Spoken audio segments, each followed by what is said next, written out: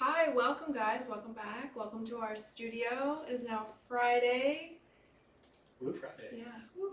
But it's been a day already. We've had some developments with the coronavirus in Alabama already and information that I'm going to share with you. But before I do that, I want to introduce you to our guest. This is my love of my life, Thomas Teasley. Hello. Also aerospace engineer in Huntsville, Alabama. So he's going to be here sharing with us all the I guess, impacts of this virus on your industry and just in general because a lot of the companies that are involved in aerospace are on the Arsenal. Can you kind of explain like what the Arsenal is and why NASA operates on the Arsenal? I don't really know why. Yeah, so George C. Marshall Space Flight Center is on Redstone Arsenal. Redstone Arsenal is run by the U.S. Army, I believe.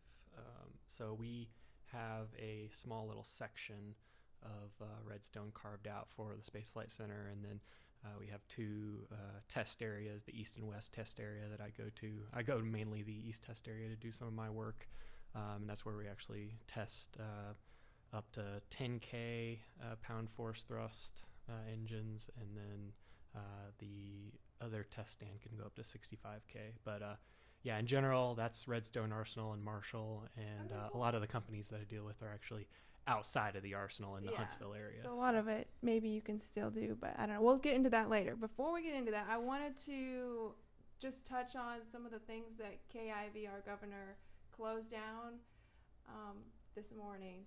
So starting at 5 p.m. today, there's going to be a few things that you're not going to be able to go do. Obviously, you can still go to the grocery store, and the hospital, of course, but even the hospital is kind of starting to close in on what employees they're going to be bringing in and classifying as essential. I actually overheard today a lot of the nurses and doctors are getting letters now, classifying them as essential workers in the case that, it starts to get narrowed down even more in terms of who can be, on the road. But we're not there yet. So just generally, they shut down entertainment venues like nightclubs, concert venues, theaters, casinos. I don't think we have any of those in Alabama anyway, right? I don't know, I'm pretty actually. sure the lottery is illegal here.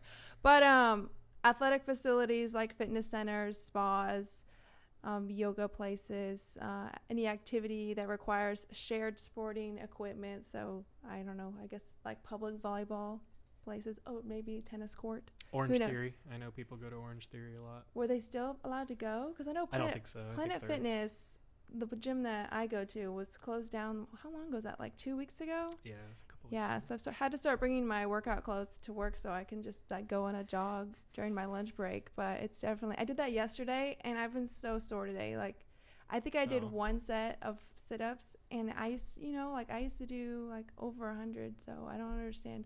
2 weeks of not working out.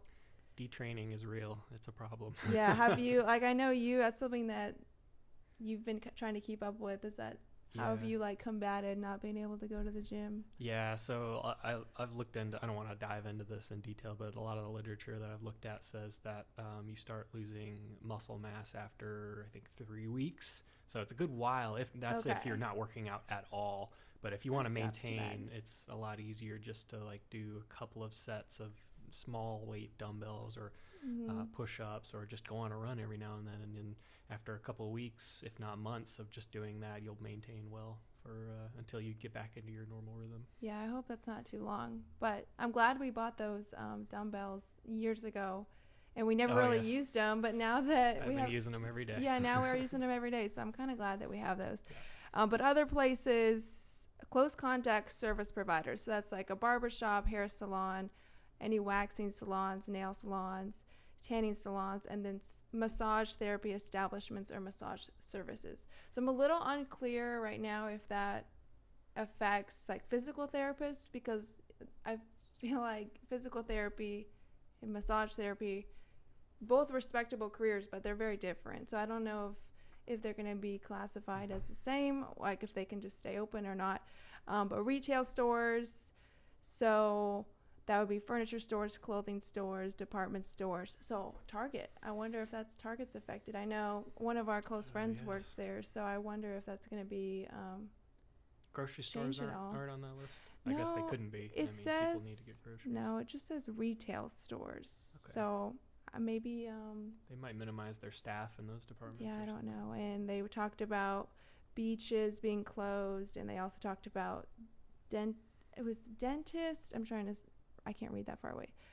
Dentists, and I'm trying to see what other ones besides dentists. And obviously schools are now going to be, only online until the end of the year. So that I know I have a lot of teacher friends, and I know they're very sad about that, just because they won't ever see their kids again. Yeah. Well, not ever again, but they'll see them virtually, and then maybe next year if they graduate to the next level. If they're not like graduating. Right. But yeah, I don't know. It's been crazy, and I feel like it's really gonna change how just our local community looks like, because I don't know. That is for sure. Do you feel like we're gonna see just as many people on the road, or do you think maybe that'll? No, I mean, I think if gas prices reflect anything, they've gone down 30-40 cents in the last couple of weeks alone, and so that's a direct reflection of supply and demand. And so if there's not that many people on the road, I know I don't know how many employees go to Redstone Arsenal, but thousands, let's just say. There's thousands of people that are working from home that will not be on the road, which I saw an article online about how NASA scientists are taking pictures of the Earth and seeing that carbon pollution and other atmospheric pollution has actually decreased substantially in the last 2 weeks, I thought that was a very interesting read. Yeah. But yeah, they're working from home, and so gas prices are going down, which means there's fewer people on the road. And also, whenever I go out just to get groceries, I have not seen a traffic jam anywhere, even at 4 to 5 o'clock in the afternoon. Yeah, usually I end up like behind a tractor just because of where Athens is. So a lot of the traffic jams are construction, or if I'm behind some sort of slow-moving farm equipment. Yeah. But before I get too far, you were talking about satellite imagery. I know we have a friend that does a lot of satellite imagery. How are people still doing satellite imagery if they're at home? Like, do they have access to the cameras from where they live, or how does that work? Do you know? Our particular friend, I won't mention his name, but he, I believe he's either in a state that has not required them to work from home yet, or he is actually labeled as a essential personnel, that would make so he sense. has to report to work in order to do that. Yeah, I wonder, like, how are they going back to the carbon thing? Were they measuring it just based on like pollution, the way it looks, or are they able to? I'm not sure about the science. They might have been using some sort of spectroscopy, looking down through the atmosphere, because a lot of the Earth geospatial orbit satellites, I forget what they call them exactly, they have mass spectrometry, and so they can look at atmospheric composition. So I'm betting they were actually looking at. That's super cool. So they can almost like sample the atmosphere based off of the wavelengths that are emitted or reflected or absorbed from the atmosphere. So they're just collecting data. They're not actually like taking a they're capsule taking, of no, air. So they're taking a picture, but it's a special kind of picture to where they can pick up the amount of photons that have been emitted and then absorbed by the actual sensor. And so when they get those data back from the imagery, they can run a series of analyses on it and say, there's this much, this high of an amplitude of this specific frequency, which correlates to CO2 emissions in the atmosphere. So that's one possible way they could have done. I don't know if that's what was actually in the article, though. Okay, that's really cool, though. So when we talk about like essential workers versus non-essential workers. Is that something that NASA is implementing right now, or do you know, like, is everybody considered kind of essential right still? So I think everyone at NASA is essential, but in the way them, like not you personally. The way that that NASA leadership and the director of NASA, Jim Bridenstine, who I think is doing an incredible job right now with protecting workers at NASA, the way they define essential personnel is people who have to do mission critical tasks and have to be there. And so if they just minimize the workforce substantially, that's much fewer instances of contact or cases of potential spreading, and even that has changed. So there were different levels of I'm going to call them levels of awareness. I forget the exact name, but NASA facilities went to level 2 a few weeks back, which was basically a beware, if you can telework, then you should be teleworking. And then NASA Ames found a case, someone there had a case, and so they went to level 3, which means all non-essential personnel goes to teleworking. And then Marshall followed suit a week after, I suppose, because someone at Marshall tested positive as well. And then we went to level 3, and then I think several are going to level 4, which is, I believe, no personnel. It's shut down at that point. But they can still work. Everyone teleworks. Everybody. They can still work from home though. Yeah. As far as I understand. Yeah. How does that limit? I know NASA is not always like blowing stuff up like it looks like in Hidden Figures, but you'd be surprised. Yeah, I know. Not blowing up, but causing fire. Yeah, testing. Yeah. So what does that look like for someone who normally does that, and then they have to work from home? Obviously, they can't start blowing stuff up in their backyard. Yeah, so I think I can speak to that just based off of a lot of the work that I do personally. So I do a lot of work with component development and then hot fire testing with those components. And what hot fire testing is, we put it on a stand and then we put propellants through it and light it, basically. So we make fire and brimstone with it, but that's an important step in determining if the operating conditions of a combustor are safe and can eventually be used as a feasible means of propulsion for spacecraft. But I digress. So where was I going with that? Oh, so now that you're home, you're not doing hot fire tests in our backyard, hopefully. No. While I'm at work. I would love to. I think that would be neat. So a lot of my job particularly involves hands-on work with components, going to manufacturers, going to vendors, physically interacting with these people. But the other 30 to 50% of my work is actually writing up reports, putting out preliminary test requests, actually doing the physical calculations of flow rates, pressures, all the initial conditions required to have a successful and safe test.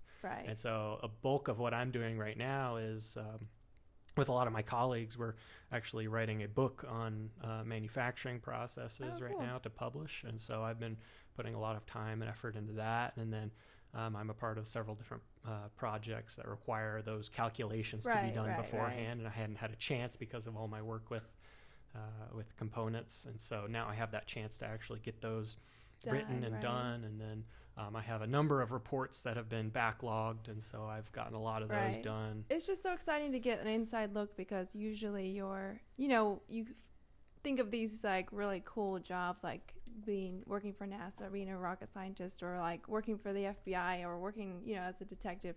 And it turns out to be a lot more paperwork than you would expect. It's a lot. And then a lot of it, I don't know, gets put aside because you have all these fast-moving projects. Well, it all has to happen eventually, so whether it's prioritized or not, it will get done. Yeah, no, it's just like cool to see how it's really regular people doing these awesome jobs that you don't have to be, I don't know, this like... No, you really don't. Actually, when I was growing up, and I don't mind sharing this with everyone, I was in special education courses, and so... learning was just very difficult for me. And so I remember at one point I was hard-pressed to even figure out how to even do long division. I couldn't do long division at one point. I just didn't get it. And then over time, I just started getting more resolve and the desire to understand things. And at a certain point, I just caught up to my peers and started to excel. So it's really just amount of how badly do you want it, how badly or how interested are you in the subject, and then what are you willing to do in order to achieve your goals. Right. And division has changed. The way that we teach division has changed a lot. So hopefully, I hope you realize it's not necessarily a reflection on you at all. And maybe the way that we teach it has changed a lot too, just to make it more like people understand it a lot better now, the way that we teach it. But it's just so cool to see how, to see your story. And I think your story is so inspiring, just to know that coming from where you came from to where you ended up. And it kind of can give people hope, like just because you are in XYZ situation doesn't mean that you can't achieve like a crazy or awesome dream of yours. That's really cool. Yeah. So did you want to tell us at all anything else about how this virus is affecting NASA? Any last words before we move on? Yeah. So I know our leadership is very focused on making sure that we are safe and that we are not exposed to it. But at the same time, we are getting the resources that we need in order to do as much of our work as possible, which I'm really grateful for all of that. Right. And so they're doing an incredible job with that. But the biggest thing is just the unknown. We don't know how long we're going to be at home doing this. I can't complain. I'm actually getting more work done than I ever would have. Just so you can focus. Just because I can focus on it and get all these papers done and all these reports done at the same time. So in terms of setbacks, I think it's really just in some cases it's not really. I don't know if I would even qualify it as a setback, just because this other work would have had to have gotten done eventually. And so I'm doing it now, but at the same time, we were able to ship out a lot of our components to have other companies process them in the meantime. And so we would have been waiting on those anyways. But that's just speaking for myself and my work and maybe some of my colleagues' work. I can't speak to the majority of other NASA branches. So. Well, hopefully, and I think maybe because it's a government agency, hopefully it's a little bit more insulated than something that's more profit-based.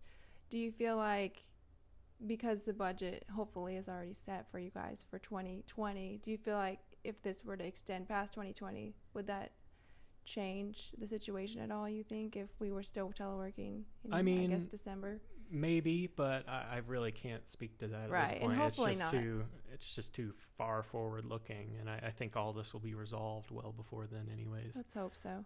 But I can say for some of our vendors, they have heeded the advice of the state and local governments and then the federal government, and they are doing the best they can to reduce risk of exposure and spread, and so they've gone to minimum workforce as well. So something that we're worried about as a company is so funny. We sent someone all the way to Atlanta today to pick something up because we're worried about the Postal Service, because now those people are getting infected, and a lot of them there's a reduced workforce, and so I don't know if there's potential for us to stop being able to be shipped items, and I don't know how that would affect the economy in the long term if you can no longer ship stuff. What do you think? There could be some that does have the potential to happen, in my opinion. I'm not an expert on the subject, but I do think that it could happen. We eventually. Love to speculate. Yeah. Me and Thomas on the couch. I think the biggest thing is not to be afraid of what's going to come in terms of the economy, at least.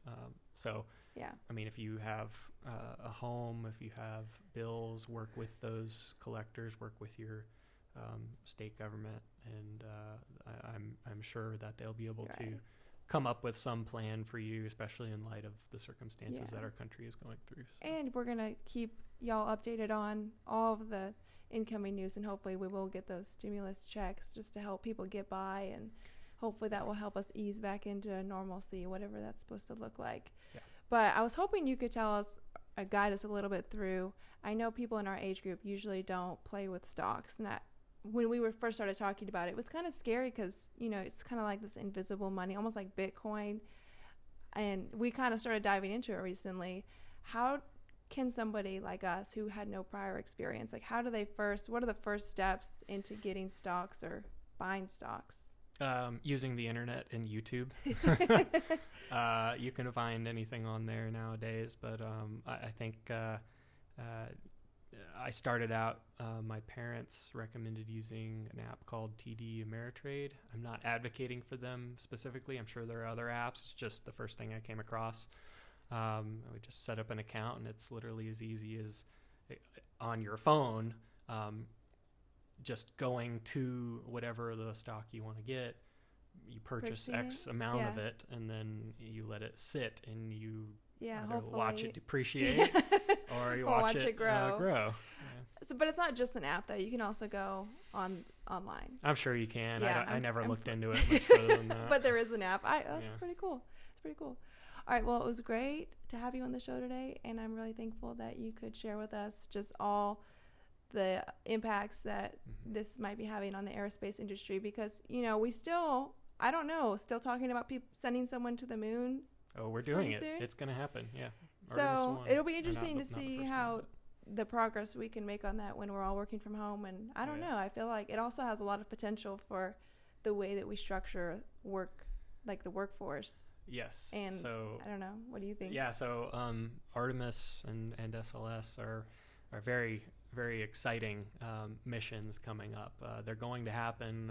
I've worked on some aspects of it, and it's inspiring to really see. Yeah, we put people on the moon back in the 70s, in the early 70s, and before the 60s closed out. Right. And it's inspiring to see. Finally, we're going to be going back, and so that's one thing I'm very excited to see. And it's a technological achievement that's going to eventually lead to going to Mars and even further beyond. What year were we talking about doing that?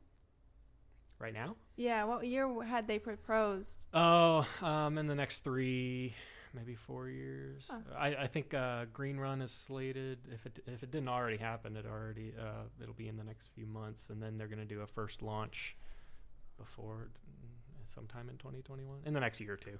Okay, you know where my brain's going? What's that show that we watch where they sent a whole group of people up into space when there was an epidemic? Oh, what is that? And it has the blonde girl. Yeah, I'm not. Oh, what is that called? Tracking with you. Well, they sent a huge group of people up into space, and they lived kind of on a space station, and then Is it a family? Lost in space? No. Okay. And they sent them down onto this new planet, and they were trying to survive on this new planet, and there was wars and whatnot. But okay, keep going. I'm interested now. How do you think NASA would decide if they were to send 100 people to the moon? Do you think it would be just like how they're sending them to Mars? If you want to survive this epidemic, you have to get a seat on the space station. I have no idea. Yeah, I don't know. I feel most of my work is in propulsion. It was similar to when we were sending people to Mars, the same concept. But if we were to discover a new Earth, I don't know. Yeah, so if you were to discover a new Earth, it's likely going to be in another solar system. And so right now with our conventional chemical rockets, the amount of time it would take to get to another solar system, let's say the closest solar system, Alpha Centauri, I think it is, it's 4 light years or something like that away. 4 light years at the maximum traveling speed of, let's say we got a couple of planetary gravitational boosts out of it before exiting our solar system. That's still decades of, if not centuries of interstellar travel until you get there. And so you'd have to either put people on ice if we can figure out how to do that. Hypersleep, I guess. But this, now we're getting into the realm of science fiction. I'm Bellamy is the one of the main characters. Oh. What is that show called? The 100. The 100. Yeah. Okay, that's something. Yes. Exact same concept. I was on the right track. That's the same Earth. It's just far into the future. Right, but they were kind of insulated up in space, and then they came back. Yep. Pretty much. I don't know. I feel like that's just where my brain goes, but hopefully that would never happen. It's a good show. All right, guys. Well, thanks for joining us, and we'll see you hopefully on Monday or Tuesday with all of your Corona and Athens news. Thanks so much.